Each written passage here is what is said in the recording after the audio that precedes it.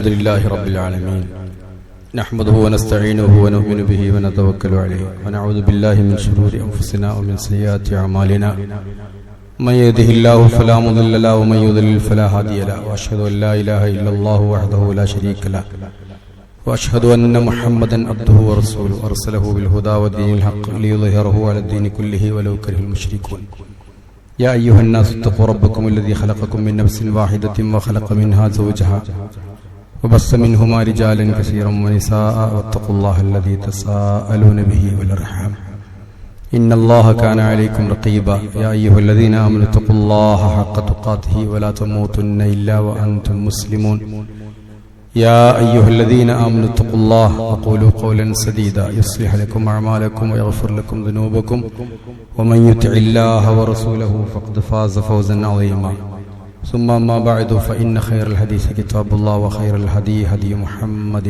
صلى الله عليه وسلم وشر الأمور محدثاتها وكل محدثة بدعة وكل بدعة ضلالة أيها الإخوة المؤمنون أوصيكم بتقوى الله أعوذ بالله من الشيطان الرجيم والذين آمنوا وتطمئن قلوبهم بذكر الله ألا بذكر الله تطمئن القلوب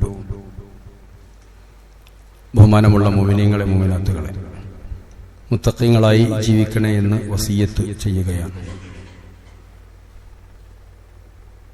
മനുഷ്യന്റെ മാനസികമായ അവസ്ഥകളെക്കുറിച്ചാണ് കഴിഞ്ഞ ആഴ്ച സൂചിപ്പിച്ചത്. ശരീരത്തിന് രോഗങ്ങൾ ബാധിക്കുന്നത് പോലെ തന്നെ മനുഷ്യന്റെ മനസ്സിനും രോഗങ്ങൾ ബാധിക്കും. ശരീരത്തിന് ബാധിക്കുന്ന രോഗങ്ങളൊക്കെ പടച്ചതമ്പുരാന്റെ പ്രകൃതി നിയമപ്രകാരം മിക്കവാറും രോഗങ്ങളൊക്കെ ചികിത്സയില്ലാതെ തന്നെ മാറും എന്നതാണ്. മാറിയില്ലെങ്കിൽ ഡോക്ടർമാരുടെ ചെറിയ സേവനം ഉപയോഗിച്ച് അതിനുള്ള മരുന്ന് കഴിച്ചാൽ മാറും. മനുഷ്യ ശരീരത്തിൽ അള്ളാഹു നിശ്ചയിച്ച ആർജിത രോഗ പ്രതിരോധ ശക്തി, അക്കേട് ഇമ്മോണോ എന്ന് പറയുന്ന മനുഷ്യൻ സ്വയം മനുഷ്യരിൽ ഉണ്ടാകുന്ന രോഗപ്രതിരോധ ശേഷി അതിന് അള്ളാഹു മനുഷ്യരിൽ നിശ്ചയിച്ചതാണ്. ആ രോഗപ്രതിരോധ ശേഷി മൊത്തത്തിൽ നഷ്ടപ്പെടുന്നതാണ് എയ്ഡ്സ് രോഗം എന്ന് ഞാൻ സൂചിപ്പിച്ചിട്ടുണ്ടോ എന്ന് എനിക്കറിയില്ല. അക്യൂട്ട് ഇമ്മ്യൂണോ ഡെഫിഷ്യൻസി സിൻഡ്രം, ആർജിത രോഗ പ്രതിരോധ ശക്തി ക്ഷയ ലക്ഷണ സാകല്യം, ഈ ഡെഫിനിഷനാണ് ഇതിന് കൊടുത്തിട്ടുള്ളത് മലയാളത്തിൽ.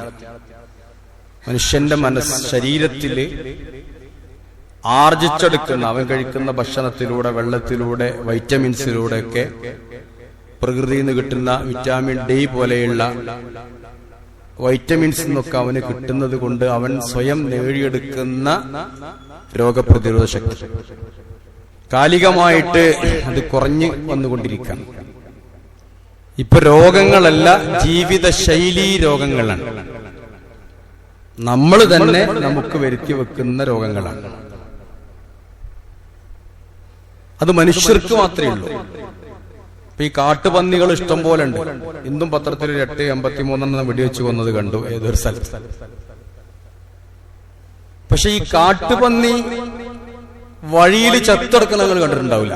ഒന്നുകിൽ നമ്മൾ പിടിച്ചത്, കൊന്നത്, കിണറ്റിച്ചാടിയത്, അപകടം പറ്റിയത്, ഷോക്കേറ്റതല്ലാതെ കാട്ടിൽ ജീവിക്കുന്ന ഒരു വസ്തുവും ഈ കാട്ടിൽ നമ്മൾ സഞ്ചരിച്ചാൽ തന്നെ അവരവിടെ ഇവിടെയും ചത്ത് ഇങ്ങനെ കിടക്കണമൊന്നും കാണൂല. കാക്ക, പക്ഷികള്, നമ്മുടെ വല്ല ഷെറുകൊണ്ടും അവരെവിടെങ്കിലും ചത്ത് കിടക്കുന്നുണ്ട്, നമ്മൾ എടുത്തിട്ടില്ലെങ്കിൽ അവിടെ കിടക്കും എന്നല്ലാതെ എത്രയോ ജീവജാലങ്ങളുണ്ട് കാട്ടിലൊക്കെ. അവരൊന്നും ഇങ്ങനെ അലക്ഷ്യമായിട്ട് ചത്ത് കിടക്കുന്നത് പോലും നമ്മൾ കണ്ടിട്ടുണ്ടാവില്ല. അവര് രോഗി ആകുന്നുണ്ട്, അവർക്ക് രോഗം ഉണ്ടാകുന്നുണ്ട്. പക്ഷെ അവർക്ക് ആശുപത്രി ഇല്ല. നമുക്കാണ് മൃഗാശുപത്രി ഉള്ളത്, നമ്മൾ വളർത്തുന്നതിനെ കൊണ്ടുപോകാനുള്ളതാണ്. അവർക്കൊക്കെ അതിൻ്റെതായ പ്രതിരോധ ശക്തി ഒരു ഹയവാൻ, ഒരു ജീവിക്ക് അള്ളാഹു നിശ്ചയിച്ചിട്ടുണ്ട്.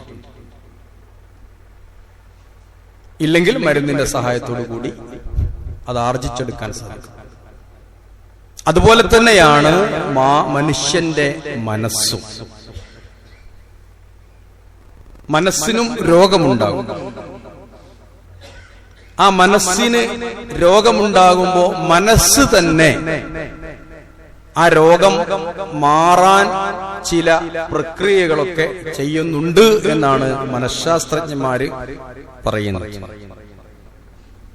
അതിന് മനഃശാസ്ത്ര ഭാഷയിൽ പറയുന്ന പേര് ഡിഫൻസ് മെക്കാനിസം എന്നതാണ്.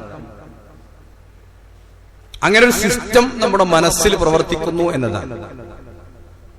ഇല്ലെങ്കിൽ നമ്മളൊക്കെ മുരം ഭ്രാന്തന്മാരായി മാറും. മനുഷ്യൻ സ്വയം ഒരു സമാധാനം കിട്ടാൻ, അതിന് ഉദാഹരണം പറയാറുള്ളത്, പരീക്ഷയിൽ തോറ്റ ഒരു കുട്ടി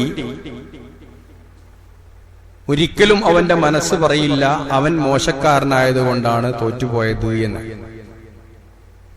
അവൻ പറയും ആ മാഷ് പഠിപ്പിച്ചിട്ട് പഠിഞ്ഞില്ല, അല്ലെങ്കിൽ ആ സിലബസ് ടഫായിരുന്നു, ഇല്ലെങ്കിൽ ക്വസ്റ്റ്യൻ പേപ്പർ സിലബസിന് ഔട്ട് ഓഫ് സിലബസ് ആയിരുന്നു എന്നൊക്കെ പറയും. ഒരിക്കലും അവന്റെ മനസ്സ് പെട്ടെന്ന് ഞാൻ മോശക്കാരനാണ് എന്ന് പറയാൻ തയ്യാറാവൂല എന്നുള്ളത്. അപ്പോഴേ അവന്റെ മനസ്സ് സ്വയം സമാധാനമടയുകയാണ്. കുറുക്കൻ മുന്തിരിമ്മക്ക് കുറെ ചാടിയിട്ട്, രണ്ടു തരം കുറുക്കനുണ്ട് എന്നാണ്. നിങ്ങൾക്ക് വേണമെങ്കിൽ പഠിക്കാൻ രസമാണത്. രണ്ടു തരം കുറുക്കുണ്ട്. ഒരു കുറുക്കൻ സസ്യബുക്കാണ്, ഒന്ന് മാംസബുക്കാണ്. കാട്ടിലുള്ള നായക്കളെ കൂടെ കൂടുന്ന സാധനം മാംസബുക്കാണ്. അറബി നാട്ടിലൊക്കെ ഉണ്ട്. അതിനൊക്കെ അറബിയിൽ പറയാം സഅലബ് എന്നാണ്, കുറുക്കൻ. തിന്നാൻ പറ്റുന്ന മഅ്കൂലാത്ത്, തിന്നപ്പെടുന്ന ജീവികളുടെ കൂട്ടത്തിൽ ഒരു സഅലബിനെ കാണാം. കിതാബിലൊക്കെ കാണും സഅലബ്. അത് കുറുക്കനാണ്. അതേത് കുറുക്കനാണ്? അത് സസ്യബുക്കായ കുറുക്കനാണ്, സാമാന്യം ചെറുതേക്കാൻ. ആ സാധനമാണ് ഈ മുന്തിരിമ്മൽക്ക് ചാടിക്കണത്. നിങ്ങൾ വിചാരിക്കണ്ടാവും ഈ കുറുക്കൻ എന്തിനാ മുന്തിരി തിന്നാന്ന്. അങ്ങനെ ചെയ്യേണ്ട ആവശ്യം, അത് മുന്തിരിന്റെ കുറുക്കനാണ്. ഞാൻ പറഞ്ഞപ്പോ ആ സംശയം തീർക്കാൻ വേണ്ടി പറഞ്ഞു എന്ന് മാത്രം. ഈ കുറുക്കൻ മുന്തിരിമ്മ കുറെ ചാടിയിട്ട് കുറുക്കൻ പറഞ്ഞു, മുന്തിരി പുളിക്കും, അതുകൊണ്ട് എനിക്ക് വേണ്ട. അതൊരു ഡിഫൻസ് മെക്കാനിസത്തിന്റെ മെത്തേഡാണ്. കിട്ടാത്ത മുന്തിരി പുളിക്കും, സ്വീറ്റ് ലെമൺ, സോറിങ് ഗ്രേപ്പ് എന്നൊക്കെ പറയുന്നത്. അപ്പൊ മനസ്സ് തന്നെ, നമ്മുടെ മനസ്സിനെ നമ്മുടെ മനസ്സ് തന്നെ നിയന്ത്രിക്കുന്നുണ്ട്. ഏതുപോലെ? നമ്മുടെ ശരീരത്തെ നമ്മുടെ ശരീരം നിയന്ത്രിക്കുന്നത് പോലെ. രണ്ടും തമ്മിൽ ബന്ധപ്പെട്ട് കിടക്കുന്നത്. ശാരീരികാരോഗ്യം ഈ കാലഘട്ടത്തിൽ കുറവാണ് എന്നതൊരു സത്യമാണ്. ദിവസവും പത്രത്തിന്റെ ഉള്ളില് ഒരു ആശുപത്രിയുടെയോ ക്ലിനിക്കിന്റെയോ ഒരു ഡോക്ടർ ചാർജ് എടുത്തതിന്റെയോ പരസ്യമുള്ള നോട്ടീസാണ്. അതില്ലാത്തൊരു പത്രം കുറച്ചു കാലമായിട്ട് വരുന്നില്ല, ഞാൻ ശ്രദ്ധിക്കലുണ്ട്. പത്രത്തിന്റെ ഉള്ളില്, ഇന്നത്തെ ഉൾപ്പെടെയുള്ള പത്രത്തിന്റെ ഉള്ളില്, അത് വളാഞ്ചേരി, പട്ടാമ്പി, വിലാമന്തോട് ഭാഗങ്ങളിലൊക്കെ ഉള്ള ഏതെങ്കിലും ഒരു ക്ലിനിക്കിന്റെയോ അതിൽ പുതിയ ചാർജ് എടുത്തൊരു ഡോക്ടറുടെയോ രോഗം പരസ്യം ചെയ്തിട്ട് ചികിത്സ കച്ചവടമാക്കുന്ന ഒരു അഭിപ്രായത്തിൽ ഒരു ഏർപ്പാടിൽ വന്നിട്ടുണ്ട്. അത്രയധികം വന്നിട്ടുണ്ട്. ഞാൻ പറഞ്ഞു വരുന്നത്, ശരീരമൊക്കെ അങ്ങനെ മനുഷ്യന്മാർ അത്രക്ക് ഉണ്ടാവും, മനുഷ്യന്മാർക്ക് രോഗം. അതേപോലെ തന്നെ മനുഷ്യന്റെ മനസ്സിലും ഇങ്ങനെ രോഗങ്ങൾ ഉണ്ടായിക്കൊണ്ടേയിരിക്കുക. അപ്പൊ അതിന്റെ പ്രകൃതിപരമായ ഒരു മാർഗം അള്ളാഹു സ്വീകരിച്ചിട്ടുണ്ട്, മനുഷ്യന് തന്നിട്ടുണ്ട്. അതിനും പുറമെ മനുഷ്യന്റെ മനസ്സ് നന്നാവാൻ ഒരു മുഅ്മിനിനെ സംബന്ധിച്ചിടത്തോളം, ഒരു വിശ്വാസിയെ സംബന്ധിച്ചിടത്തോളം, അവന്റെ മനസ്സിൽ രോഗങ്ങൾ ഇല്ലാതിരിക്കാൻ, സംഭവിക്കാതിരിക്കാൻ, മനസ്സിനെ സദാ ശുദ്ധിയാക്കിക്കൊണ്ട് നിർത്താൻ ചില കാര്യങ്ങളൊക്കെ അള്ളാഹു തന്നിട്ടുണ്ട്. അത് ഓരോന്നും ഓരോ വിഷയമാണ്. പക്ഷെ ഒരു സൂചന മാത്രം പറയാം. അതിലൊന്നാണ് ഞാൻ കഴിഞ്ഞ ആഴ്ച സൂചിപ്പിച്ച നമ്മുടെ ഈമാൻ. ശക്തമായ ഈമാൻ നമുക്കുണ്ടെങ്കിൽ നമ്മുടെ മനസ്സ് ഒരു വിധം നിയന്ത്രിതമാണ്. അതാണ് ഖുർആൻ പറഞ്ഞത്, വല്ലദീന ആമനു വതത്മഇന്നു ഖുലൂബുഹും ബിദിക്രില്ലാഹ്. വിശ്വാസികളായ ആളുകൾ അവരുടെ മനസ്സ് ശാന്തമായി കൊണ്ടിരിക്കും, ശാന്തമാകും. ബിദിക്രില്ല, അള്ളാഹുവിനെ ഓർത്താൽ. അലാ ബിദിക്രില്ലാഹി തത്മഇന്നുൽ ഖുലൂബ്. അള്ളാഹുവിനെ ഓർക്കുന്നതിലാണ് ഹൃദയത്തിന് സമാധാനമുള്ളത്. അചഞ്ചലമായ ഈമാൻ. ആ ഈമാനിൽപ്പെട്ട ഏറ്റവും പ്രധാനപ്പെട്ടത് ഈമാൻ കാര്യത്തിൽ അഞ്ചാമതായിട്ടുള്ള അൽ ഈമാനു ബിൽ ഖദർ ഖൈരിഹി വശർരിഹി. ഖദർ കൊണ്ട് വിശ്വസിക്കലാണ്. നമ്മളൊക്കെ പലപ്പോഴും മുഅ്മിനീങ്ങളാണ്. ഒന്നിലും നമുക്ക് പ്രയാസമല്ല. ഷഹാദത്ത് കലിമ നമ്മൾ ചൊല്ലിയിട്ടുണ്ട്, അല്ലെങ്കിൽ നമ്മുടെ വാപ്പാര് ചൊല്ലിയിട്ടുണ്ട്. നിസ്കാരം തട്ടിമുട്ടി പോകുന്നുണ്ട്, വലിയ പ്രശ്നമല്ല. ഒക്കെ കൂടി കൊടുത്തൊക്കെ പാടെ കണക്കൂട്ടിയ സക്കാത്ത് ഒത്തിട്ടുണ്ട്. അത്യാവശ്യം സദഖയും കൊടുക്കുന്നുണ്ട്. ഹജ്ജിനും പോയിട്ടുണ്ട്, ഇല്ലെങ്കിൽ ഉംറക്കയിലും പോയിട്ടുണ്ട്. ഇസ്ലാമിന്റെ കർമ്മകാര്യങ്ങളൊക്കെ പൂർണ്ണമാണ്. അള്ളാഹുവിലെ നമുക്ക് വിശ്വാസമുണ്ട്. നമ്മുടെ മേത്തിട്ടില്ല, എന്തും വിശ്വസിക്കാലോ. റസൂലിൽ നമ്മൾ വിശ്വസിക്കുന്നുണ്ട്, നമുക്കൊരു പ്രയാസമില്ല. മലക്കുകളിൽ നമുക്ക് വിശ്വാസമുണ്ട്, നമ്മൾ കണ്ടിട്ടില്ല. വിശ്വസിക്കുന്നതുകൊണ്ട് നമുക്ക് താറാറില്ല, നമുക്ക് പ്രയാസങ്ങളൊന്നുമില്ല. അതുപോലെ അന്ത്യനാളുണ്ട് എന്ന് നമ്മൾ വിശ്വസിക്കുന്നുണ്ട്. ആളുകൾ മരിച്ചു പോണ നമ്മൾ കാണുന്നുണ്ട്. ഇനിയിപ്പോ അന്ത്യനാളുണ്ടെങ്കിലും പ്രയാസമല്ല. നന്മയും തിന്മയും ഖദറാണ് എന്ന് വിശ്വസിക്കുന്നിടത്ത് ഒരര വിശ്വാസം നമുക്ക് എവിടെയോ നഷ്ടപ്പെട്ടിട്ടുണ്ട്. നന്മ വരെ നമ്മൾ ഓക്കെയാണ്, സാമ്പത്തികമായി ശാരീരികമായി സുഖമായി ഇങ്ങനെ പോവുകയാണെങ്കിൽ നമുക്ക് യാതൊരു തരത്തിലുള്ള മാനസിക വിഷമങ്ങൾ ഉണ്ടാവില്ല. അൽ ഖദറു ഖൈരിഹി, ഖദറിന്റെ ഖൈറ്. വശർരിഹി, ഷർറും അല്ലാഹുവിന്റെ ഒരു ഖദറാണ് എന്നത് വിശ്വസിക്കുന്നിടത്ത് നമുക്ക് എവിടെയോ പ്രശ്നങ്ങൾ സംഭവിക്കുന്നു. അവിടെ നമ്മൾ പലതും ചിന്തിക്കാൻ തുടങ്ങും. ആരെങ്കിലും മാട്ടും മാരണവും ചെയ്തതാണോ? ഏതെങ്കിലും സിഹ്ർ ബാധിച്ചതാണോ? അതല്ല മറ്റോന്റെ പിരാക്കാണോ? അസൂയയാണോ? എന്തുകൊണ്ട് അള്ളാഹ് എന്നെ എങ്ങനെ പരീക്ഷിക്കുന്നു എന്നൊക്കെ ചിന്തിച്ചുകൊണ്ട് അവൻ മാനസികമായി ടെൻഷൻ അടിക്കുക. ടെൻഷൻ ഉണ്ട്. 3 തരം ഖുർആനിൽ പറയുന്നു. സാധാരണ നമുക്ക് പറയാം ഡിപ്രഷൻ, അതൊന്നാണ്. വിഷാദ രോഗം എന്ന് പറയും ഡിപ്രഷൻ. സ്ട്രെസ്, വളരെ പ്രയാസം അനുഭവിക്കുക മാനസികമായിട്ടൊരു കാര്യത്തിൽ. ആൻസൈറ്റി, ഒക്കെ ടെൻഷനാണ്, ഒക്കെ ഒരു തരം മാനസികമായ പ്രയാസങ്ങളാണ്. ഡിപ്രഷൻ ആവുമ്പോ കഴിഞ്ഞുപോയ എന്തോ ഒരു സംഭവം ആലോചിച്ചവന്റെ മനസ്സൊക്കെ ആകെ ഇടങ്ങറായിരിക്കുക. അള്ളാന്റെ ഖദറാന്നുള്ള തോന്നിയില്ലെങ്കിലുള്ള പ്രശ്നമാണ്. അവനാകെ പ്രയാസം അനുഭവിക്കും. ഡിപ്രസ്ഡ് മൈൻഡായിട്ട് വരും അവന്റെ മനസ്സ്. അപ്പൊ ചില കാര്യം ചെയ്യാനുള്ളതിന് വല്ലാതെ ടെൻഷൻ അടിക്കുക. അതങ്ങോട്ട് ചെയ്ത് കിട്ടാഞ്ഞിട്ട് ഓനങ്ങോട്ട് കടന്നിട്ട് ആകെ ബേജാറാക്കുക. അതിനാണ് സ്ട്രെസ് എന്ന് പറയുക. വരാൻ പോണ എന്തോ ഒരു കാര്യം ഓർത്തിട്ട് അതൊക്കെ പോടി ഞാൻ എങ്ങനെ കൈകാര്യം ചെയ്യും, എന്തായാലും വരട്ടെ അള്ളാന്റെ ഖദറാണ് എന്ന് കണക്കാക്കാതെ കടന്ന് ബേജാറാകുക. അതാണ് ആൻസൈറ്റി, ഉത്കണ്ഠ. ഇതൊക്കെ മനുഷ്യനുള്ള രോഗം. ഖുർആൻ എടുത്തു പറഞ്ഞിട്ടുണ്ട്, ഹദീസിലുണ്ട്. ഖുർആനില് ഹുസ്ൻ എന്ന് പറഞ്ഞിട്ടുണ്ട്. ഡിപ്രഷനാണ് ഹുസ്ൻ. കഴിഞ്ഞു പോയ ഒരു കാര്യം ആലോചിച്ചുകൊണ്ട് ഇങ്ങനെ ടെൻഷൻ അടിച്ചിട്ടുണ്ട്. അത് നിങ്ങളുടെ ശരിയാണല്ലേ? എത്ര പോയാലും ആ ആലോചനയൊക്കെ മനുഷ്യൻ പോവുക. അന്നത്തൊക്കെ ചെറുപ്പക്കാർക്ക് ധാരാളം ഉണ്ട് ഇങ്ങനെയൊക്കെ. ചെറുപ്പക്കാര് വരെ മാനസിക രോഗത്തിന് ഗുളിക കഴിക്കണം. ട്രെയിനിലൊക്കെ യാത്ര ചെയ്യുമ്പോ 25-26 വയസ്സായ കുട്ടികളൊക്കെ നോക്കി അവർ സൈക്യാട്രിക് മെഡിസിനാണ് ഉപയോഗിച്ചുകൊണ്ടിരിക്കുന്നത്. 2 രൂപത്തിലാകാം. ചിലപ്പോ അത് MDMA കൂടെ പിറപ്പാവാം, ചിലപ്പോ അത് സത്യവുമാവാം.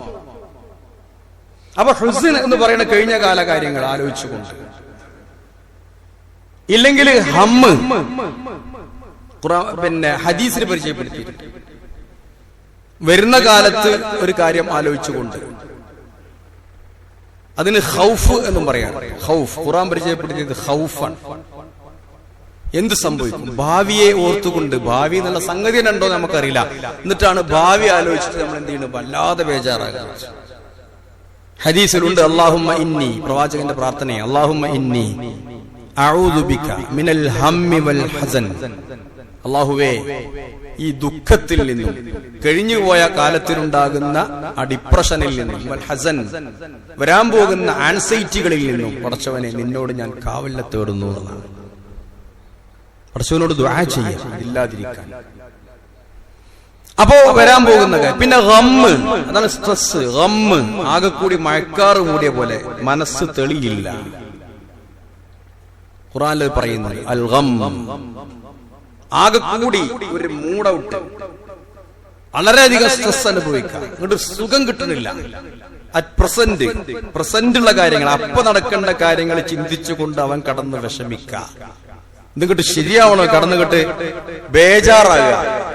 ഇതൊക്കെ ഖുർആനിൽ വന്നിട്ടുണ്ട്. ഇതൊക്കെ കൃത്യമായി ക്ഷമിക്കും ഖദറിലുള്ള വിശ്വാസമുണ്ടെങ്കിൽ. ഖുർആൻ ഒരൊറ്റ കാര്യം പറയുന്നുള്ളൂ, ഖുൽ നബിയെ പറയുക, ലൻ യുസീബനാ ഇല്ലാ മാ കതബല്ലാഹു ലനാ.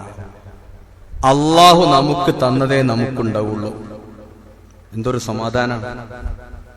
ആരുടെ കയ്യിൽ എന്തൊക്കെ ഉണ്ടായിക്കോട്ടെ, ആരൊക്കെ എന്തൊക്കെ ചെയ്തോട്ടെ, പക്ഷേ ഇല്ലാ മാ കതബല്ലാഹു ലനാ, എനിക്ക് നിശ്ചയിച്ചതേ എനിക്കുണ്ടാവൂ. എനിക്ക് നിശ്ചയിച്ചതേ എനിക്കുണ്ടാവൂ. ഞാൻ ആരെയും കണ്ടിട്ട് പാഞ്ഞിട്ട് കാര്യമില്ല. ഇന്നൊക്കെ പലരും ജീവിക്കുന്നതന്നെ മറ്റുള്ളവർക്ക് വേണ്ടിയിട്ടാണ്. മറ്റുള്ള ഓല എന്ത് വിചാരിക്കുന്നു വിചാരിച്ചിട്ടാണ്. അങ്ങനെ ടെൻഷൻ അടിച്ചെടുക്കുന്ന കുറെ ആൾക്കാർ വേണ്ടതൊന്നും ചെയ്യൂല, അവനാന്റെ കാര്യത്തിനേ താല്പര്യമില്ല. ആലോചിച്ചോക്ക്, നമുക്ക് അള്ള എഴുതിയത് മാത്രമേ ഉണ്ടാവുള്ളൂ. വഹുവ മൗലാന, കാരണം അള്ളയാണ് നമ്മുടെ യജമാനൻ. അതുകൊണ്ട് വഅലല്ലാഹി ഫല്യതവക്കലിൽ മുഅ്മിനൂൻ. ഇങ്ങനത്തെ ഒരു ഈമാൻ നിങ്ങൾക്കുണ്ടെങ്കിൽ, അള്ളാഹനെ നിങ്ങൾക്ക് ഓർമ്മയുണ്ടെങ്കിൽ, അള്ളാഹുവിനെ നിങ്ങൾ തവക്കുലാക്കുക. പരിശുദ്ധ ഖുർആനിൽ പറയാം, മാ അസാബ മിൻ മുസീബത്തിൻ ഫിൽ അർളി വലാ ഫിസ് സമാ, ആകാശത്തോ ഭൂമിയിലോ, മാ അസാബ മിൻ മുസീബത്തിൻ ഫിൽ അർളി, ആകാശല്ല, മാ അസാബ മിൻ മുസീബത്തിൻ ഫിൽ അർളി, ഈ ഭൂമിയിൽ നിങ്ങൾക്ക് എന്ത് മുസീബത്ത് സംഭവിക്കുന്നുണ്ടെങ്കിലും, ലോകത്ത് എന്ത് സംഭവിക്കുന്നുണ്ടെങ്കിലും, വലാ ഫീ അൻഫുസികും, നിങ്ങളുടെ ശരീരത്തിൽ സംഭവിക്കുന്നുണ്ടെങ്കിലും, ഇല്ലാ ഫീ കിതാബിൻ മിൻ ഖബ്ലി അൻ നബ്റഅഹാ, ആ മുസീബത്ത് സംഭവിക്കുന്നതിന്റെ മുമ്പ് അല്ലാഹു തആലയുടെ കിതാബിൽ അത് രേഖപ്പെടുത്തി വെച്ചിട്ടുണ്ട്. പിന്നെ നിങ്ങളെ കൊണ്ട് തിരുത്താൻ കഴിയോ? എന്നെ കൊണ്ട് തിരുത്താൻ കഴിയോ? എനിക്കോ നിങ്ങൾക്കോ ഒരു മുസീബത്ത് വരുന്നുണ്ടെങ്കിൽ ആ മുസീബത്ത് അല്ലാഹു തആല ആ മുസീബത്ത് ഉണ്ടാകുന്നതിന് മുമ്പ്, ചില തഫ്സീറിൽ കാണാം ഭൂമിയെ ആകാശത്തിൽ പടക്കുന്നതിന്റെ മുമ്പ് എന്നും തഫ്സീറുണ്ട്, കാണാൻ സാധിക്കും. അത് അള്ളാഹ് എഴുതി വെച്ചിട്ടുണ്ട്. ഇന്നദാലിക അലല്ലാഹി യസീർ, അത് അള്ളാഹ്ക്ക് വളരെ എളുപ്പമാണ്, സിമ്പിളാണ്. ഈ AI കാലഘട്ടത്തിൽ ഒരു മനുഷ്യന്റെ കഴിവ് ഇത്രയധികം വികസിച്ചെങ്കിൽ അള്ളാഹിന്റെ കഴിവിനെ കുറിച്ച് ഇനി വളർന്നു പറയേണ്ടതില്ല. എന്തിന്, എന്തങ്ങനെയൊക്കെ മനസ്സിലാക്കേണ്ട കാര്യം, എന്തിനാ ഇപ്പൊ നിങ്ങൾ അങ്ങനെയൊക്കെ മനസ്സിലാക്കണത്? അള്ളാഹ് പറയാ, ലികൈലാ തഹ്സനു അലാ മാ ഫാതകും, നിങ്ങൾക്ക് എന്തെങ്കിലും നഷ്ടപ്പെട്ടാൽ നിങ്ങൾ ഒരിക്കലും ദുഃഖിക്കാൻ പാടില്ല. വെറുതെ അതിന്റെ പേര് ഡിപ്രഷൻ ആവണ്ട, വിഷാദ രോഗം പിടിക്കണ്ട. നഷ്ടപ്പെട്ടാൽ അത് നിങ്ങൾക്കുള്ളതല്ല, നഷ്ടപ്പെട്ടു, അതിന്റെ പേരിൽ ടെൻഷൻ അടിക്കണ്ട, മാനസിക രോഗം വരണ്ട. എന്തൊരു സമാധാനിപ്പിക്കല. ലികൈലാ തഹ്സൗ അലാ മാ ഫാതകും, പരിശുദ്ധ ഖുർആന്റെ ആയത്താ. നിങ്ങൾ നഷ്ടപ്പെട്ടതിന്റെ പേരിൽ നിങ്ങൾ ഒരിക്കലും ദുഃഖിക്കണ്ട. എന്ത് നഷ്ടപ്പെട്ടതല്ല, പോയി ഖലാസ്. പല നഷ്ടാവും. ഖുർആൻ പറയുന്നു, വലാ തഫ്റഹു ബിമാ ആതാകും, എന്തെങ്കിലുമൊക്കെ നിങ്ങൾക്ക് കിട്ടിയെന്നത് കൊണ്ട് നിങ്ങൾ അമിതമായിട്ട് സന്തോഷിക്കും വേണ്ട. വല്ലാതെ സന്തോഷിച്ചാലും അത് മാനസിക രോഗമായിട്ട് മാറും. ഓവർ പ്ലഷർ, സന്തോഷം, ഞാൻ വലിയൊരാളായി എന്നുള്ളൊരു തോന്നൽ, അഹങ്കാരം തോന്നുക, അത് അള്ളാഹ് നിങ്ങൾക്ക് തന്നതാണ്. അല്ലാഹു തആല പറയും, ഇന്നല്ലാഹ ലാ യുഹിബ്ബു കുല്ല മുഖ്താലിൻ ഫഖൂർ, അനാവശ്യമായി ചിന്തിച്ച് ദുരഭിമാനം നടിക്കുന്ന ആളുകളെ അള്ളാഹ്ക്ക് ഇഷ്ടമില്ല. അതുകൊണ്ട് ഈ ഭൂമിയിലോ നിങ്ങൾക്കോ നിങ്ങളുടെ ശരീരത്തിലോ എന്ത് സംഭവിച്ചാലും അത് അല്ലാഹു തആല എത്രയോ മുമ്പ് കണക്കാക്കി. നന്മ തന്നാൽ ആ നന്മ അത് അള്ളാഹ് നിങ്ങൾക്ക് തരാൻ വേണ്ടി കരുതി വെച്ചത്. ഒരാള് മുടക്കിയാലും മുടങ്ങൂല. അതേപോലെ തന്നെ നിങ്ങൾക്ക് അങ്ങനെ ഒരു രോഗം വരാൻ വെച്ചിട്ടുണ്ടെങ്കിൽ ആരും എത്ര ചികിത്സിച്ചാലും ചിലപ്പോൾ അത് മാറിക്കൊള്ളുന്നില്ല. ചിലപ്പോ അങ്ങനെ എഴുതി വെച്ചിട്ടുണ്ടാവും, ചികിത്സിച്ചാൽ മാറും എന്ന് എഴുതി വെച്ചിട്ടുണ്ടാവും, അപ്പൊ അത് മാറും. ചികിത്സിച്ചാലും മാറൂല എന്ന് ഡോക്ടർ പറഞ്ഞിട്ടുണ്ട്, സോറി പറഞ്ഞിട്ടുണ്ട് ഡോക്ടർ. ആയിക്കോട്ടെ, അങ്ങനെ അള്ളാഹ് എഴുതി വെച്ചിട്ടുണ്ടാവും. ഇന്നദാലിക അലല്ലാഹി യസീർ, എളുപ്പമാണ്. അതുകൊണ്ട് അള്ളാഹുവിന്റെ ഖദറിൽ വിശ്വസിക്കുക. അതാണ് ഈമാനു ബിൽ ഖദർ എന്ന് പറയുന്നത്. അതിലെ ഖൈറ് ശർറ് ചെറിയൊരു വ്യത്യാസമുണ്ട്. ഖൈറ് അള്ളാഹു നമുക്ക് നേർക്ക് നേരെ തരുന്നത് തന്നെയാണ്. ശർറ് പലപ്പോഴും നമുക്ക് സംഭവിക്കുക നമ്മുടെ പ്രവർത്തനങ്ങൾ കൊണ്ടായിരിക്കും. അതും കൂടിയും അവിടെ ശരിക്കും മനസ്സിലാക്കണം. എന്തുകൊണ്ട് എനിക്കൊരു ശർറ് വന്നു? അത് എന്റെ പ്രവർത്തനത്തിൽ എവിടെയോ ചില പ്രശ്നങ്ങളുണ്ട്, അതുകൊണ്ട് അല്ലാഹു തആല എന്നെ പരീക്ഷിക്കാൻ വേണ്ടി എനിക്ക് തന്നതാണ് എന്നാണ്. അല്ലാതെ നേർക്ക് നേരെ അല്ലാഹ് ശർറ് തന്നതല്ല. അങ്ങനെയാണ് ഖുർആൻ എന്നൊക്കെ മനസ്സിലാക്കുന്നത്. നമ്മുടെ തോന്നിയാസം കൊണ്ട്. എന്തുകൊണ്ട് രോഗം? ജീവിതശൈലി രോഗം. എന്തുകൊണ്ട് ജീവിതശൈലി? ആര് ജീവിച്ചു ആ ജീവിതം? നമ്മൾ ജീവിച്ചു. നമ്മൾ അങ്ങനെ ജീവിച്ചപ്പോ അതിന് പകരമായി അല്ലാഹ് നമുക്ക് ഒരു ശർറ് തന്നു എന്നതാണ്. ഖുർആനിലുണ്ട്, ഇബ്രാഹിം നബിയോട് ചോദിക്കാണ്, രാജാവ് ചോദിക്കാണ്, ആരാണ് നിന്റെ റബ്ബ്? റബ്ബിയല്ലദീ യുഹ്യി വയുമീത്, എന്റെ റബ്ബ് ജീവിപ്പിക്കുന്ന അല്ലാഹുവാണ്, മരിപ്പിക്കുന്ന അല്ലാഹുവാണ്. വയുത്ഇമുനി വയസ്കീൻ, എനിക്ക് ഭക്ഷണം തരുന്ന അല്ലാഹുവാണ്, എനിക്ക് വെള്ളം തരുന്ന അല്ലാഹുവാണ്. അതൊക്കെ അല്ലാഹ് ചെയ്യും. നല്ല കാര്യങ്ങളൊക്കെ അല്ലാഹ് ചെയ്യണത്, വെള്ളം തരുന്നത്, ഭക്ഷണം തരുന്നത്. പക്ഷേ ഫൈദാ മരിൽതു, ഞാൻ രോഗിയായാൽ, എനിക്ക് രോഗം തരുന്നവനാണ് എന്ന് ഇബ്രാഹിം നബി പറഞ്ഞിട്ടില്ല. സൂക്ഷ്മത പുലർത്തിയിട്ട പ്രവാചകന്മാരുടെ സംഭാഷണം. നമ്മൾ പറയില്ലേ, അല്ലാഹ് എന്തേ എനിക്ക് ഇങ്ങനെയൊക്കെ തന്ന് ചോദിക്കാൻ പറ്റൂല. നമ്മൾ എവിടെയോ ഒരു പെശക് നമ്മുടെ ജീവിതത്തിലുണ്ട്, അല്ലെങ്കിൽ നമ്മുടെ സ്വഭാവത്തിലുണ്ട്, നമ്മുടെ പെരുമാറ്റത്തിലുണ്ട്. ലഹറൽ ഫസാദ് ഫിൽ ബർരി വൽ ബഹർ ബിമാ കസബത് ഐദിൻ നാസ്, ജനങ്ങളുടെ പ്രവർത്തനം കാരണമാണ് ലോകത്ത് മുഴുവൻ കടലിലും കരയിലുമൊക്കെ അക്രമങ്ങൾ ഉണ്ടാകുന്നത്. ലിയുദീഖഹും ബഅലല്ലദീ അമിലു, അവർ ചെയ്തിട്ട് കുറച്ച് ഡോസ് അങ്ങോട്ട് തിരിച്ചു കൊടുക്കാനല്ല. നമ്മൾ ചെയ്യണ അത്രയൊന്നും അല്ല നമുക്ക് പരീക്ഷണങ്ങൾ തരുന്നില്ല. കുറച്ചൊക്കെ ചെറിയ ചെറിയ പരീക്ഷണങ്ങൾ. വലയുദീഖന്നഹും മിനൽ അദാബിൽ അദ്നാ ദൂനൽ അദാബിൽ അക്ബർ ലഅല്ലഹും യർജിഊൻ. വലിയ ശിക്ഷ, വലിയ വലിയ പരീക്ഷണങ്ങൾ വരുന്നതിന്റെ മുമ്പ് ചെറിയ ചെറിയ ടെസ്റ്റ് ഡോസ്, അല്ലെ? പെനിസിലിൻ ഇഞ്ചക്ഷൻ ഒക്കെ വെക്കുമ്പോ ആദ്യം കയ്യും ഒന്ന് കുത്തിവെച്ചിട്ട് വട്ടൊക്കെ ഇട്ട് വെക്കും. എന്നിട്ട് ചൊറിച്ചിലുണ്ടോ ചോദിച്ചിട്ട് അടുത്ത ഡോസ് കൊടുക്കുള്ളൂ. അപ്പൊ നമുക്ക് ചൊറിയുണ്ടോ നോക്കാൻ വേണ്ടിട്ട് ആ വലിയ ഡോസ് തരുന്നതിന് മുമ്പേ ചെറിയ ചൊറിച്ചിലൊക്കെ ഉണ്ടായി ഒക്കെ മാറി കിട്ടി തോപൊക്കെ ചെയ്ത് മനുഷ്യൻ നന്നായ അല്ലാഹ് പിന്നെ പരീക്ഷിക്കൂല. അപ്പൊ ചൊറിച്ചിലുണ്ടോ നോക്കാം. എന്തിനു വേണ്ടിയിട്ട്? ഈ വലിയ ഡോസ് തരുന്നതിന്റെ മുമ്പ്. അതുകൊണ്ട് അവലനുദീഖന്നഹും സൂറത്തു സജ്ദയിൽ വെള്ളിയാഴ്ച രാവിലെ ഓതാറുണ്ട്, വലനുദീഖന്നഹും മിനൽ അദാബിൽ അദ്നാ ദൂനൽ അദാബിൽ അക്ബർ. വലിയ എന്തോ വരാനുണ്ട്, അതിന് പകരം ചെറുതായിട്ടൊന്നും ലഅല്ലഹും യർജിഊൻ, അവർ മടങ്ങിയേക്കാം. അതുകൊണ്ട് ഇബ്രാഹിം നബി പറഞ്ഞത്, വൈദാ മരിൽതു, ഞാൻ രോഗിയായാൽ ഫഹുവ യശ്ഫീൻ, അവൻ എനിക്ക് ശിഫ തരും. അല്ലാഹ് തരുന്നത് ശിഫയാണ്, അല്ലാഹ് തരുന്നത് വെള്ളമാണ്, അല്ലാഹ് തരുന്നത് വെളിച്ചമാണ്, അല്ലാഹ് തരുന്നത് ഭക്ഷണമാണ്, റിസ്ഖാണ്. രോഗം പലപ്പോഴും നമ്മുടെ ചില പ്രവർത്തനങ്ങൾ കൊണ്ട്, അതും ഖദറാണ്. അതുകൊണ്ട് അങ്ങനെയൊക്കെ ഉണ്ടാകുമ്പോ ഖദറിൽ വിശ്വസിക്കണം എന്ന്. അതൊരു മാർഗമാണ്. മനസ്സിന് സമാധാനം കിട്ടും, മനസ്സിന് സമാധാനം കിട്ടും. അത് അല്ലാഹു തആല എന്നെ സൃഷ്ടിക്കുന്നതിന് മുമ്പ് എനിക്ക് എഴുതി വെച്ചതാന്നുള്ളൊരു ബോധം ഉണ്ടാവണം. അതുപോലെ തന്നെ തഖ്വയുണ്ടായി ജീവിക്കും, മുത്തഖിയായി ജീവിക്കും. വളരെ പ്രധാനപ്പെട്ടതാണ്. എല്ലാ വെള്ളിയാഴ്ചയും, എന്തിനാണ് വെള്ളിയാഴ്ച നമ്മളൊക്കെ ഇങ്ങനെ വരുന്നത്? നമ്മുടെ ഈമാനൊക്കെ ഒന്ന് വർദ്ധിക്കാൻ വേണ്ടിയിട്ടാണ്. ആ വെള്ളിയാഴ്ചയിലെ ഖുതുബ എന്താണ്? തഖ്വയാണ്. അതിൽ ഓതുന്ന 3 ആയത്ത്, ആദ്യം ഓതുന്ന 3 ആയത്ത് തഖ്വയുടെ ആയത്താണ്.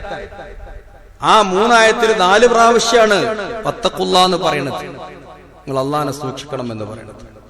ഖുതുബ ശരിയാവണമെങ്കിൽ അറബിയിൽ തന്നെ ഇത്തഖുല്ലാ എന്ന് വസിയ്യത്ത് ചെയ്യണം മനുഷ്യരെ, അപ്പോഴേ ഖുതുബ ശരിയാവുള്ളൂ. വലിയ വലിയ പ്രാധാന്യമുണ്ട്. അള്ളാഹനെ ഒരാൾ സൂക്ഷിച്ചാൽ എല്ലാറ്റിനും ഒരു പരിഹാരം ഉണ്ടാകുന്ന ഏറ്റവും നല്ല തഖ്വ. എന്ത് പ്രശ്നമുണ്ടോ തഖ്വയാണ് പരിഹാരം. തഖ്വയാണ് പരിഹാരം. അള്ളാഹനെ സൂക്ഷിച്ച് മാത്രം ജീവിക്കുക.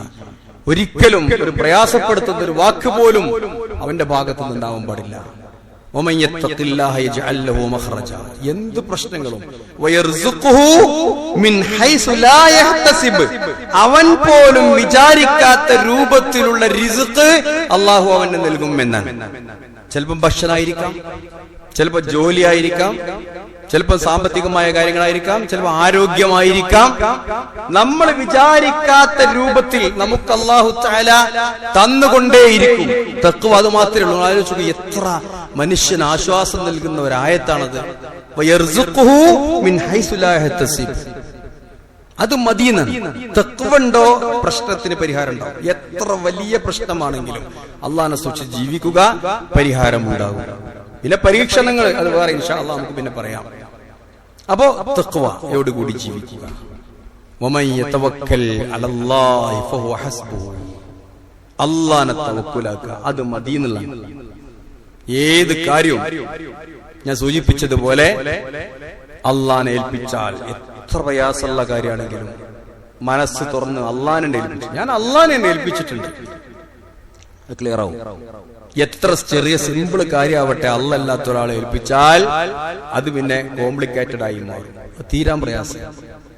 എന്തൊരു പരാതിയും പരിഭവവും പരിവട്ടവും ഒക്കെ മനുഷ്യരോടും സുഹൃത്തുക്കളോടും മറ്റുള്ളവരോടൊക്കെ പറയുന്നതിന് മുമ്പ് അള്ളാഹിനോടൊന്ന് തുറന്ന് പറയാം. അതാണ് വമൻ യതവക്കൽ അലല്ലാഹ് ഫഹുവ ഹസ്ബുഹു ഖദ് ജഅലല്ലാഹു ലികുല്ലി ഷൈഇൻ ഖദറ ഇന്നല്ലാഹ ബാലിഗു അംരിഹി. അള്ളാഹിന്റെ കാര്യം നിറവേറ്റപ്പെടും. ഖദ് ജഅലല്ലാഹു ലികുല്ലി ഷൈഇൻ ഖദറ. എല്ലാറ്റിനും അല്ലാഹു ഒരു ഖദർ നിശ്ചയിച്ചിട്ടുണ്ട്. അപ്പോൾ ദുനിയാവിലൊക്കെ സംഭവിക്കും. അപ്പൊ ഈമാൻ, തഖ്വ, തവക്കുൽ ഇതൊക്കെയാണ് മാനസികമായി സ്ഥൈര്യം കിട്ടാൻ അല്ലാഹു തആല നമുക്ക് പറഞ്ഞു തരുന്ന ചില ഉപാധികൾ. അതുപോലെ തന്നെ ഏറ്റവും പ്രധാനമായ ഒന്നാണ് ക്ഷമിക്കുക. എന്ത് സംഭവിച്ചാലും ക്ഷമ എന്ന് പറയുന്നത്.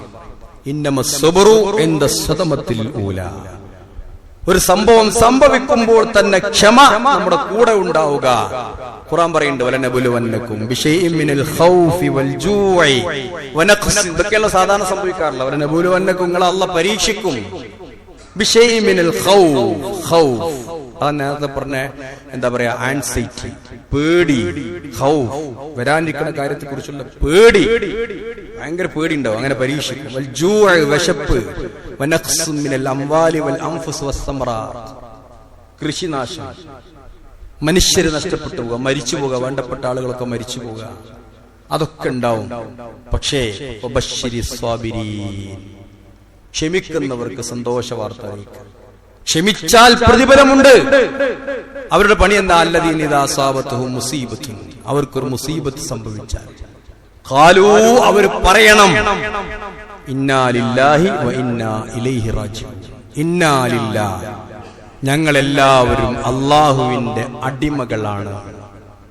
ഇന്നനാ ഇബാദുൻ ലില്ലാഹ് എന്നതിന്റെ അർത്ഥം. നമ്മളൊക്കെ അള്ളാഹ്ക്കുള്ളതല്ല, ഞങ്ങളെല്ലാവരും അള്ളാഹുവിന്റെ അടിമകളാണ്. വ ഇന്നാ ഇലൈഹി റാജിഊൻ, നമ്മളൊക്കെ അള്ളാഹുവിലേക്ക് പോകാനുള്ളവരാണ്. ചിന്തിക്കാനും ക്ഷമിക്കാനും. സ്റ്റിക്കർ ഉണ്ടാക്കിയിട്ട് ഇങ്ങനെ വിടാനല്ല ഗ്രൂപ്പിലൊക്കെ. അങ്ങനെ നമ്മളെ പരിപാടി ഇപ്പൊ അതൊക്കെയാണ്. അത് സ്റ്റിക്കർ ഉണ്ടാക്കി വിട്ടാ പോരാ. അങ്ങനെ കുറെ എഴുതി വെച്ചിട്ടുണ്ട്. മരിച്ച ഖബറിനെ പറ്റിയ സ്റ്റിക്കർ, മാഷറിനെ പറ്റിയ സ്റ്റിക്കർ, ജിബ്രീലിനെ പറ്റിയ സ്റ്റിക്കറൊക്കെ ഇട്ടിട്ടുണ്ട്. അപ്പൊ എളുപ്പമാണ് പരിപാടി. മരിച്ചിട്ടേ വേണ്ടുള്ളൂ, അങ്ങനെ ഇട്ട് കൊടുക്കണ്ടേ. അങ്ങനെയല്ല വേണ്ടത്. നമ്മൾ ആ പ്രശ്നത്തില് നമ്മുടെ മാനസിക നിലപാടെന്ത്? സ്റ്റിക്കർ ഇട്ടുകൊണ്ട് പിന്നെ മനസ്സ് ശരിയാവില്ല. സ്റ്റിക്കർ ഇട്ടാൽ ഇടേണ്ടതല്ല, നമ്മൾ അറിഞ്ഞു എന്നുള്ളത് അറിയിക്കാൻ വേണ്ടി ഒരു സ്റ്റിക്കറൊക്കെ ഇടാൻ കുഴപ്പമൊന്നുമില്ല. പക്ഷെ ഒരു മുസീബത്ത്, നമ്മുടെ നാട്ടിൽ നിന്ന് ഒരാൾ മരിച്ചു പറഞ്ഞാൽ നമുക്ക് വലിയൊരു നഷ്ടമാണ്. അപ്പൊ ഒരു സ്റ്റിക്കർ അല്ല, നമ്മൾ ക്ഷമിക്കുക, അതിന്റെ പേരിൽ ക്ഷമിക്കുക. അബൂ സലമ മരണപ്പെടുക. അബൂ സലമന്റെ ഭാര്യ ഉമ്മു സലമ റളിയല്ലാഹു അൻഹ നബിയുടെ ഭാര്യയാണ്. നബി വിവാഹം കഴിച്ചിട്ട് അബൂ സലമ മരിച്ചപ്പോ അവര് പറയാണ്, വല്ലാതെ പ്രയാസപ്പെട്ടു. സ്വന്തം ഭർത്താവ്, സ്നേഹനിധിയായ ഭർത്താവ് മരണപ്പെട്ടപ്പോ വല്ലാതെ പ്രയാസപ്പെട്ടു. അപ്പോൾ ആ നബിയുടെ ഒരു ഹദീസ് ശ്രദ്ധയിൽപ്പെട്ടത്, ആർക്കെങ്കിലും ഒരു മുസീബത്ത് സംഭവിച്ചു, ഇന്നാ ലില്ലാഹി വ ഇന്നാ ഇലൈഹി റാജിഊൻ എന്ന് പറയുകയും അല്ലാഹുമ്മ ഉജ്ർനി ഫീ മുസീബതി വ അഖ്ലിഫ് ലി ഖൈറൻ മിൻഹാ, അല്ലാഹുവേ ഈ മുസീബത്തിൽ എനിക്ക് പ്രതിഫലം തരികയും ഇതിലേറെ ഖൈറായ ഒരു സംഗതി എനിക്ക് തരികയും വേണേ എന്ന് പ്രാർത്ഥിക്കണമെന്ന് റസൂലിന്റെ ഹദീസ് ഉണ്ട്. റസൂൽ പറഞ്ഞ ഹദീസാണ്. ആർക്കെങ്കിലും ഒരു മുസീബത്ത് സംഭവിച്ചിട്ട് അല്ലാഹുവേ ഈ മുസീബത്തിലും കൂടി എനിക്കൊരു പ്രതിഫലം തരണം, എനിക്ക് കൂലി കിട്ടണം, ക്ഷമിക്കാനുള്ള കഴിവ് തരണം, ഈ മുസീബത്തിനേക്കാളും നല്ലൊരു സംഗതി എനിക്ക് വേറെ തരണം എന്ന് പ്രാർത്ഥിക്കട്ടെ എന്ന് നബി സല്ലല്ലാഹു അലൈഹി വസല്ലം പറഞ്ഞത് ഞാൻ അങ്ങനെ പ്രാർത്ഥിച്ചപ്പോൾ എന്റെ മനസ്സിൽ വന്നു, ഈ അബൂസലമ മരിച്ചതിനേക്കാളും നല്ല ഇഞ്ഞൊരു പ്രതിഫലം ഞാൻ എന്താ കിട്ടാന്? ഏറ്റവും നല്ല അബൂസലമ നഷ്ടപ്പെട്ടു, അതല്ലേ ഇനി അതിലേക്കും നല്ല ഒന്നും എനിക്ക് കിട്ടാണ്ടോ? ആലോചിച്ചൊക്കെ കിട്ടാനല്ലോ. സ്നേഹനിധിയായ അബൂസലമനെ പറ്റി ഒരുപാട് പറയാനുണ്ട് ചരിത്രമൊക്കെ. അദ്ദേഹം മരണപ്പെട്ടു പോയി എന്നതിനേക്കാളും ഒരു വലിയ മുസീബത്ത് ഇനി എനിക്ക് വരാനില്ല, അതിലും നല്ലൊരു ഖൈർ എനിക്ക് ഇനി കിട്ടാനില്ല എന്ന് ഞാൻ മനസ്സിൽ വിചാരിച്ചപ്പോഴാണ് നബി സല്ലല്ലാഹു അലൈഹി വസല്ലമ ഉമ്മു സലമ റളിയല്ലാഹു അൻഹയെ വിവാഹം കഴിക്കുന്നത് എന്നാണ്. ഞാൻ ഇതിലുമേൽ എന്താ വേണ്ടേ? അങ്ങനെയൊന്നും പ്രതീക്ഷിച്ചു പോലുമില്ല. നബിന്റെ ഭാര്യയാണ് പിന്നാര് ഉമ്മു സലമ റളിയല്ലാഹു അൻഹ. ഒരുപാട് ശ്രേഷ്ഠതയുള്ള ഒരു മഹദിയാണ് ചരിത്രത്തിലെ, ബുദ്ധിമതിയാണ്, പല കാര്യത്തിനും കൂടിയാലോചിച്ച മഹദിയാണ് ഒരു ഉമ്മു സലമ. അങ്ങനെയാണ് പിന്നെ ഉണ്ടായത്. അത് നമ്മൾ കാണും പോലെയല്ല. നമ്മളിപ്പോ പറയും ഒരു ദിക്കറല്ലോ, എന്തപ്പോ എത്ര ദിക്കറായി ഇപ്പൊ ഞാൻ ചെല്ലണു, അങ്ങനെയാണ്. രോഗികളൊക്കെ സന്ദർശിക്കുമ്പോൾ നിങ്ങൾ ദിക്കറൊക്കെ ചെല്ലില്ല, എന്ത് എത്ര ദിക്കറാപ്പൊ ഞാൻ ചെല്ലണം, ദ്വാരക്കല്ല എത്രയപ്പോ ഞാനൊക്കെ ദ്വാരക്കണം. ഈ ഖൈറ് നമുക്ക് കാണാൻ കഴിയില്ല. നമ്മൾ അറിയാത്തൊരു ഖൈറ് അള്ളാഹു അതിൽ കണ്ടിട്ടുണ്ടാവും. അതിനെന്ത് വേണം? എന്തൊരു മുസീബത്ത് സംഭവിച്ചാലും ക്ഷമിക്കണം. അങ്ങനെ ക്ഷമിച്ചാൽ അതിൽ അല്ലാഹു തആല ഈ മുസീബത്തിനേക്കാൾ നല്ല ഒരു സംഗതിയെ എനിക്ക് തരണം എന്ന് റബ്ബിനോട് പ്രാർത്ഥിച്ചാൽ തീർച്ചയായും റബ്ബ് അതിന് പരിഹാരം കണ്ടിരിക്കും, അള്ളാന്റെ കിതാബിൽ എഴുതി വെക്കും. അതുകൊണ്ട് ഇത്തരം കാര്യങ്ങൾ ശ്രദ്ധിക്കാം. ഒന്ന് നമ്മുടെ ഈമാൻ ഒക്കെ ഒന്ന് പുതുക്കുക, നമ്മുടെ തഖ്വ ഒക്കെ ഓരോ നിസ്കാരത്തിന്റെ സമയത്ത്, വെള്ളിയാഴ്ച ജുമുഅയുടെ സമയത്ത്, റമദാൻ മാസം വരുമ്പോൾ, ഉംറയ്ക്ക് പോകുമ്പോൾ, ഹജ്ജിന് പോകുമ്പോൾ ഒക്കെ നമ്മുടെ ഈമാൻ വർദ്ധിപ്പിക്കാനുള്ള കാരണങ്ങളാണ്. അപ്പൊ അതുകൊണ്ട് ഇത്തരം കാര്യങ്ങൾ ക്ഷമിക്കുക, അതുപോലെ തന്നെ പ്രാർത്ഥിക്കുക, ഇതിലൊക്കെ നമ്മൾ വ്യാപൃതാകുക. നമ്മുടെ മനസ്സ് ശുദ്ധമാകും. അത് മനസ്സ് ശരിയാവാൻ മനസ്സ് തന്നെ ചെയ്യുന്ന പ്രവർത്തനത്തിന്റെ പുറമെ അല്ലാഹു റസൂല് നമുക്ക് പഠിപ്പിച്ചു തന്ന ചില വിഷയങ്ങളാണ്. അത് പ്രാക്ടീസ് ചെയ്ത് പഠിക്കണം. അതാണ് യഥാർത്ഥത്തിലുള്ള തർബിയത്ത് എന്ന് പറഞ്ഞാൽ. അത് നമ്മൾ പ്രാക്ടീസ് ചെയ്യാൻ നമുക്ക് കഴിയണം. അള്ളാഹു അനുഗ്രഹിക്കുമാറാവട്ടെ.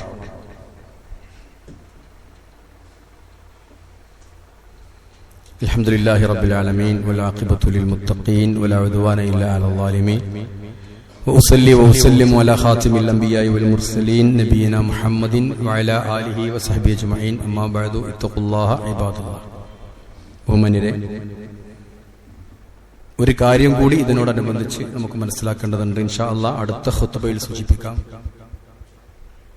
100% മാനസികമായിട്ട് ഉള്ള ഒരു വ്യക്തി, മാനസിക പ്രയാസങ്ങളുടെ ഒരു വ്യക്തി ഇത്തരം കാര്യങ്ങൾ കൊണ്ട് 100% മുക്തനാണ് എന്ന് നമ്മൾ വിചാരിക്കാൻ പാടില്ല. മറ്റുള്ളവർ വിചാരിക്കാൻ. ഒരാൾക്കൊരു മാനസിക രോഗം ഉണ്ടായാൽ, മാനസികമായിട്ട് എന്തെങ്കിലും, ഞാൻ ഇന്നലെ പറഞ്ഞില്ലേ 250-ലധികം ഉണ്ട്, അതിലേതെങ്കിലും ഉണ്ടായാൽ മറ്റുള്ളവർ ഒരിക്കലും അവനെ വിമർശിക്കാൻ പാടില്ല. അനക്ക് ഇത്രയൊക്കെ തെക്കവുണ്ടല്ലോ, എന്നിട്ട് എന്തേ നിനക്ക് മാനസിക പ്രയാസം, നിനക്ക് ഇത്രയൊക്കെ ഈമാണ്ടല്ലോ, നീ തഹജ്ജുദ് നിസ്കരിക്കുന്ന ആളല്ലേ, നീ പിന്നെ സുന്നത്തുകൾ അധികമായി നിസ്കരിക്കുന്ന ആളല്ലേ, സുന്നത്ത് നോമ്പുകൾ നോക്കുന്ന ആളല്ലേ, ഇനി ഒരു മൊയ്ലിയരല്ലേ, അല്ലെങ്കിൽ മൗലവിയല്ലേ, ഇങ്ങനൊന്ന് ചോദിച്ചിട്ട് ഒരിക്കലും പുറമേയുള്ള ആളുകള് ഇവരെ ബുദ്ധിമുട്ടിക്കാൻ പാടില്ല. കാരണം അവർക്കും ചിലപ്പോ അവരുടേതായ സ്ട്രെസ്സുകൾ ഉണ്ടായേക്കാം. അതുകൊണ്ട് അങ്ങനെ സ്ട്രെസ് ഉള്ള ആളുകള്, ഡിപ്രഷനുള്ള ആളുകള്, OCD ഉള്ള ആളുകള്, ഇവരൊക്കെ നമ്മുടെ കൂട്ടത്തിലുണ്ടായാൽ അവരെ ചേർത്ത് പിടിക്കുക എന്നത് നമ്മുടെ ഒരു ബാധ്യതയാണ്. ഇൻഷാ അല്ലാഹ് അതുമായി ബന്ധപ്പെട്ട കാര്യങ്ങൾ പരിശുദ്ധ ഖുർആൻ തന്നെ അതിന് തെളിവാണ്. ഹദീസിലും അതുണ്ട്, ചരിത്രത്തിലും കാണാൻ സാധിക്കും. അതുകൂടി നമുക്ക് ഇതുമായി വിഷയവുമായി ബന്ധപ്പെട്ട് ഇൻഷാ അല്ലാഹ് അടുത്ത ഖുത്ബയിൽ മനസ്സിലാക്കാം. അല്ലാഹു അനുഗ്രഹിക്കട്ടെ. അടുത്തൊരു കാര്യം പറയാനുള്ളത്, കഴിഞ്ഞ പ്രാവശ്യം ഞാൻ അന്തമാനിലെ ഒരു കലക്ഷനെ പറ്റി നിങ്ങളോട് പറഞ്ഞിരുന്നു. ഒരു ടാർജറ്റ് പറഞ്ഞിരുന്നു ഞാൻ. അതിന്റെ ഒരു 1/4 ഭാഗത്തിൽ അധികം ആയിട്ടുണ്ട് എന്ന റിപ്പോർട്ട് മാത്രമാണ് കമ്മിറ്റിയിൽ നിന്ന് കിട്ടിയത്. അപ്പൊ ഇനിയും ആരെങ്കിലും സഹകരിക്കുന്നുണ്ടെങ്കിൽ കമ്മിറ്റിയുമായിട്ട് ബന്ധപ്പെട്ട് അതിൽ സഹകരിക്കണം എന്നൊന്നുകൂടി ഉണർത്തുന്നു. ഒരു പൗതിയെങ്കിലും ആക്കണം എന്നാണ് ഒരു ആഗ്രഹം. അടുത്തൊരു കാര്യം, നമ്മുടെ പള്ളി നമുക്കറിയാം നമ്മുടെ കലക്ഷൻ കൊണ്ട് മാത്രമാണ് മുന്നോട്ട് പോകുന്നത്. അത് നിങ്ങൾ മറക്കരുത്. മാസത്തിൽ ഒരു വെള്ളിയാഴ്ച നമ്മുടെ പള്ളിക്ക് വേണ്ടിയാണ് നമ്മൾ കലക്ഷൻ എടുക്കുന്നത്. അത് ഇന്നാണ് തീരുമാനിച്ചിട്ടുള്ളത്. അതിലേക്കും നിങ്ങൾ സഹകരിക്കണം എന്ന് അറിയിക്കുന്നു. അല്ലാഹു തആല അനുഗ്രഹിക്കുമാറാവട്ടെ. അല്ലാഹുമ്മ ഗഫിർ ലിൽ മുഅ്മിനീന വൽ മുഅ്മിനാത്ത് വൽ മുസ്ലിമീന വൽ മുസ്ലിമാത്ത് الأحياء منهم والأموات إنك مجيب الدعوات وقاضي الحاجات ربنا ظلمنا أنفسنا وإن لم تغفر لنا وترحمنا لنكونن من الخاسرين اللهم أعز الإسلام والمسلمين وأذل الشرك والمشركين ودمر أعداءك أعداء الدين اللهم ربنا هب لنا من أزواجنا وذرياتنا قرة أعين واجعلنا للمتقين إماما اللهم آت أنفسنا تقواها وزكها أنت خير من زكاها أنت وليها ومولاها يا رب العالمين اللهم أرنا الحق حقا وارزقنا اتباعه وأرنا الباطل باطلا وارزقنا اجتنابه ولا تجعله ملتبسا علينا فنضل وجعلنا للمتقين إماما ربنا آتنا في الدنيا حسنة وفي الآخرة حسنة وقنا عذاب النار ربنا تقبل منا إنك أنت السميع العليم وتب علينا إنك أنت التواب الرحيم ربنا اغفر لنا ولإخواننا الذين سبقونا بالإيمان ولا تجعل في قلوبنا غلا للذين آمنوا ربنا إنك رؤوف رحيم